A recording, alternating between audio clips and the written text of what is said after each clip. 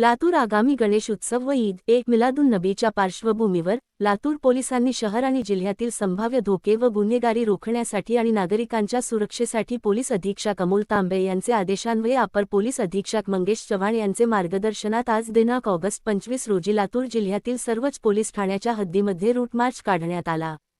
सुरक्षित लातूर उपक्रमांतर्गत आयोजित रूट मार्चद्वारे पोलिसांचा उद्देश गणेशोत्सवात व ईद एक मिलादुन्नबीमध्ये कोणतीही अनुचित घटना घडू नये, लातूर पोलिसांची सज्जता दर्शवणे आणि नागरिकांना शांततापूर्ण व सुरक्षित वातावरणात उत्सव साजरा करता यावा हे सुनिश्चित करणे हा असून गणेशोत्सवाच्या काळात सार्वजनिक ठिकाणी होणारी गर्दी आणि उत्साह यावर लक्ष ठेवून शांतता व सुव्यवस्था राखून संभाव्य गुन्हेगारी किंवा अनुचित घटनांना प्रतिबंध घालण्यासाठी आणि तत्काळ कार्यवाही करण्यासाठी पोलिसांची सज्जता दर्शवून नागरिकांमध्ये सुरक्षिततेची भावना वाढवणे आणि गणेशोत्सवाचा व आगामी ईद एक मिलादुन्नबीचा आनंद सुरक्षितपणे घेता यावा यामागचा उद्देश आहे।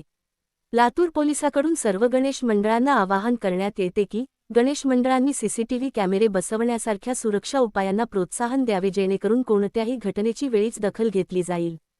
तसेच हा रूट मार्च लातूर पोलिसांच्या आपले लातूर सुरक्षित लातूर या मोठ्या उपक्रमाचा एक भाग असून ज्याचा उद्देश शहरातील आगामी सण उत्सव सुरक्षित व निर्विघ्नपणे पार पाडावे हे आहे।